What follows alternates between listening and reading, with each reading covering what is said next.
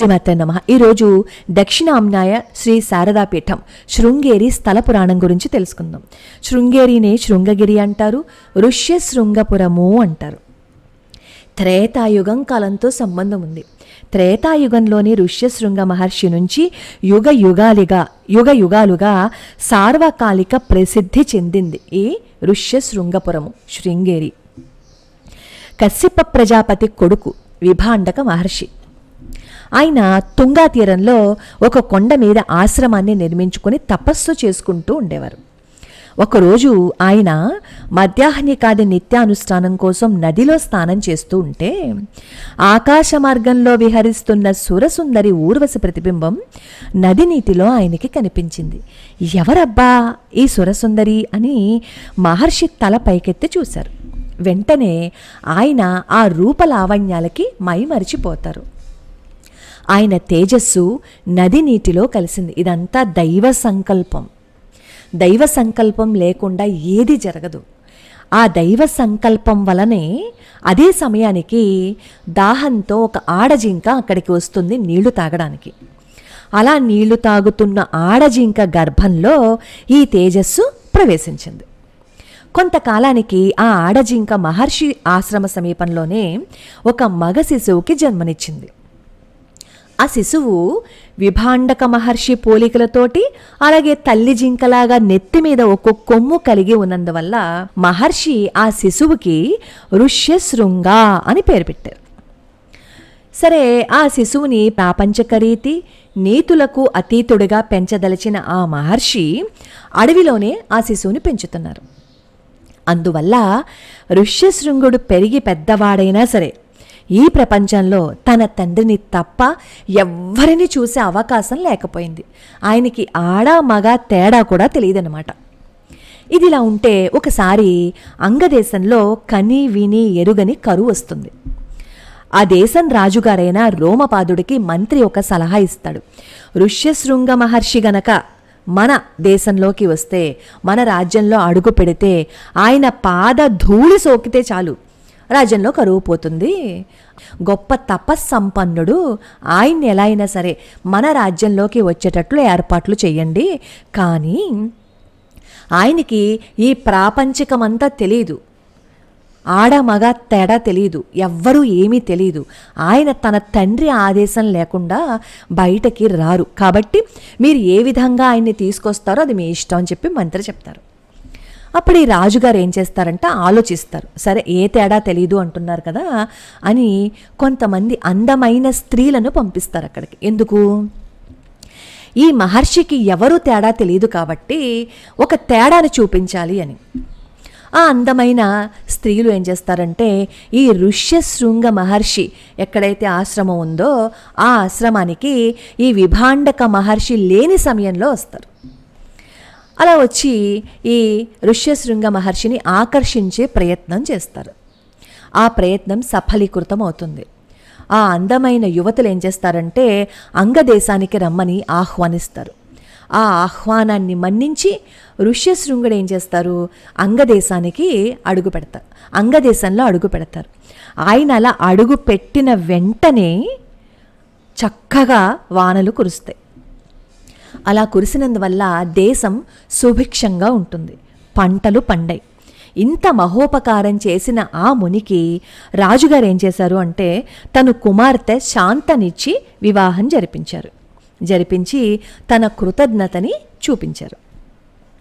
అదే సమయంలో దశరథ మహారాజు తాను చేయదలిచిన పుత్రకామేష్టి యాగంలో పాల్గొనమని ఆహ్వానం పంపించారు ఋష్యశృంగ మహర్షికి. మనం శ్రీరామాయణం చెప్పుకుంటున్నప్పుడే ఈ దశరథ మహారాజు శాంత రోమపాదుడికి అలాగే ఋష్యశృంగ మహర్షికి మధ్య ఉన్న అనుబంధాన్ని శ్రీమద్ రామాయణంలోనూ చెప్పాం. అందుకే దాన్ని మళ్ళీ నేను ఇక్కడ ప్రస్తావించటం లేదు. ఋష్యశృంగ మహర్షి ఆధ్వర్యంలో యజ్ఞం జరిగింది. ఋష్యశృంగముని వైవాహిక జీవితం గడిపినందువల్లే ఆయనకి ధర్మమూర్తి అయిన శ్రీరాముడి జీవితంలో ప్రవేశించే సౌభాగ్యం కూడా కలిగింది. తరువాత ఋష్యశృంగ మహర్షి తాను పుట్టి పెరిగిన అరణ్యానికి వెళ్ళిపోతారు. చివరి వరకు అక్కడే ధ్యానంలో ఉంటారు. ఆయన ఊపిరి చివరిగా ఒక మెరుపులాగా మెరిసి రోజూ పూజించే శివలింగంలో ఐక్యమైపోయింది.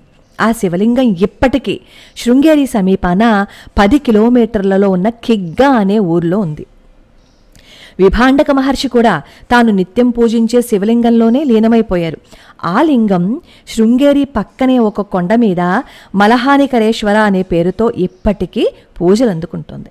అయితే ఈ శృంగేరి సహ్యాద్రి పర్వత శ్రేణుల ఒడిలో ఒదిగి ఉన్న క్షేత్రం.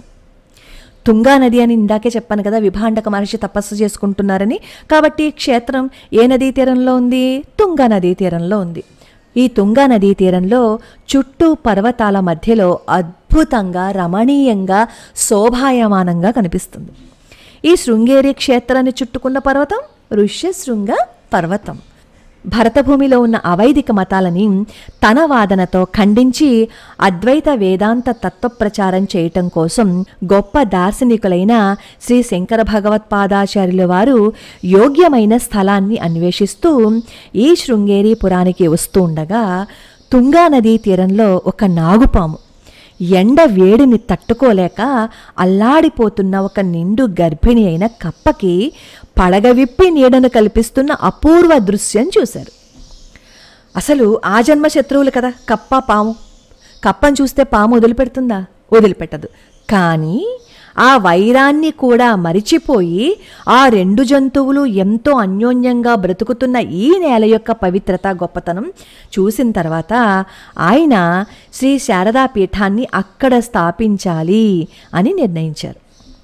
తమ దగ్గర ఉన్న 4 శిష్యులలో ప్రముఖులైన శ్రీ సురేశ్వరాచార్యులను ప్రథమ పీఠాధిపతిగా నియమించటమే కాకుండా 32 సంవత్సరాల తమ జీవితంలో 12 సంవత్సరాలు అక్కడే గడిపారు. అలా జగద్గురు శ్రీ శంకర భగవత్పాదుల వారు శృంగేరిలో దక్షిణామ్నాయ శ్రీ శారదా పీఠాన్ని స్థాపించారు. ఉపనిషత్తుల నుంచి అద్వైత తత్వాన్ని ప్రసాదించి జనానికి మంచి మార్గం చూపించారు. శైవ వైష్ణవ శాక్త సౌర గాణపత్య కాపాలిక మతాలలో ఉన్న వేద విరుద్ధమైన విషయాలని త్యజించి సనాతన ధర్మాన్ని స్థాపించటం కోసం కష్టపడి విజయాన్ని సాధించారు. అందువల్లే శ్రీ శంకరులను షణ్మత స్థాపనాచార్య అని కొనియాడతారు. శ్రీ శంకరులు మహేశ్వర, విష్ణు, అంబిక, సూర్యుడు అలాగే గణపతి అనే 5 దేవతలు కూడుకున్న పంచాయతన పూజా పద్ధతిని మొదలుపెట్టారు. ప్రజలకి సులభంగా సనాతన ధర్మ వైశిష్ట్యం అర్థం కావాలి, అందువల్ల శ్రేయస్సు పొందాలి అని సదుద్దేశంతో ఈ పూజా విధానాన్ని ఆయన అలవర్చారు. ప్రజలు శాస్త్రవిహితమైన వివిధ దేవతామూర్తులలో ఏ దేవతామూర్తినైనా వారి వారి ఇష్టానుసారం ఆరాధించవచ్చు, కానీ తను పూజించే దేవుడే గొప్ప, వేరే వాళ్ళు కాదు అని భావన ఎప్పుడూ చెయ్యకూడదు. అన్ని దేవతామూర్తులలో సకల జగన్నియామకుడైన ఒక్కడే పరమాత్ముడు వివిధ రూపాల్లో ఉన్నాడు అన్న నిజాన్ని జనానికి తెలియచెప్పిన మహాత్ములు శ్రీ శంకర భగవత్పాదుల వారు. శంకరులు వైదిక పరంపర అద్వైత సిద్ధాంతము గంగా ప్రవాహంలాగా అవిచ్ఛిన్నంగా ముందుకు సాగాలి అనే సదుద్దేశంతో దేశంలో నలుదిక్కుల్లోనూ 4 ఆమ్నాయ పీఠాలని స్థాపించారు అని మొన్న మనం వీడియో కూడా చేసుకున్నాం కదా. ఒకసారి ఆ వీడియో చూస్తే ఇంకా పూర్తిగా మీకు క్లారిటీగా అర్థమవుతుంది. ఎప్పటికప్పుడు జనానికి సనాతన ధర్మాన్ని బోధించటం, ధార్మిక వర్తనని పెంపొందించటం ఈ పీఠాధిపతుల పరమ కర్తవ్యమని చెప్పారు. శ్రీ శారదా పీఠానికి సంబంధించినంత వరకు దేవతలు విభాండక మునిచే పూజించబడిన మలహానికరేశ్వరలింగము, వరాహదేవత, శ్రీరామక్షేత్రము. ఇక్కడ పవిత్ర తీర్థం తుంగభద్రా నది, ఆదిశక్తి శ్రీ శారదాంబ, వేదం యజుర్వేదం, సంప్రదాయం భూరివార. శృంగేరి పీఠాధిపతులకి సరస్వతి, పూరి, భారతి, అరణ్య, తీర్థ, గిరి అలాగే ఆశ్రమ వీటిల్లో ఏదైనా యోగపట్టం వాడుకునే అధికారాన్ని శ్రీ శంకర భగవత్పాదులు కల్పించారు. కానీ చాలా కాలం నుంచి భారతి అనే యోగపట్టం వాడుకోవటం సంప్రదాయంగా వస్తుంది. విజయనగర రాజైన ఇమ్మడి హరిహరరాజుల కాలంలో శృంగేరి సంస్థానం 3003 వరాహాల సీమగా ప్రసిద్ధి చెందింది. అప్పటి నుంచి దేశాన్ని ఏలిన రాజులు అలాగే రాజకుటుంబీకులు శ్రీమఠానికి భూదానం చేస్తూ శ్రీమఠం ఆస్తిని పెంచారు. ఈ సంపదంతా జగద్గురువులు దేవాలయ నిర్వహణకి, వేద శాస్త్ర పరిరక్షణకి, పండిత పోషణకి సద్వినియోగం చేస్తూ వస్తున్నారు. ఆధ్యాత్మిక నైతిక మార్గదర్శనం కోసం వచ్చే వాళ్ళకి ఈ శృంగేరి మఠము, దానితో పాటు అన్ని మఠాలు ఎప్పుడూ సిద్ధంగా ఉండి తమ వంతు కర్తవ్యాన్ని నెరవేరుస్తున్నాయి. తర్వాత ఎపిసోడ్లో ఇంకొన్ని విషయాలు తెలుసుకుందాం.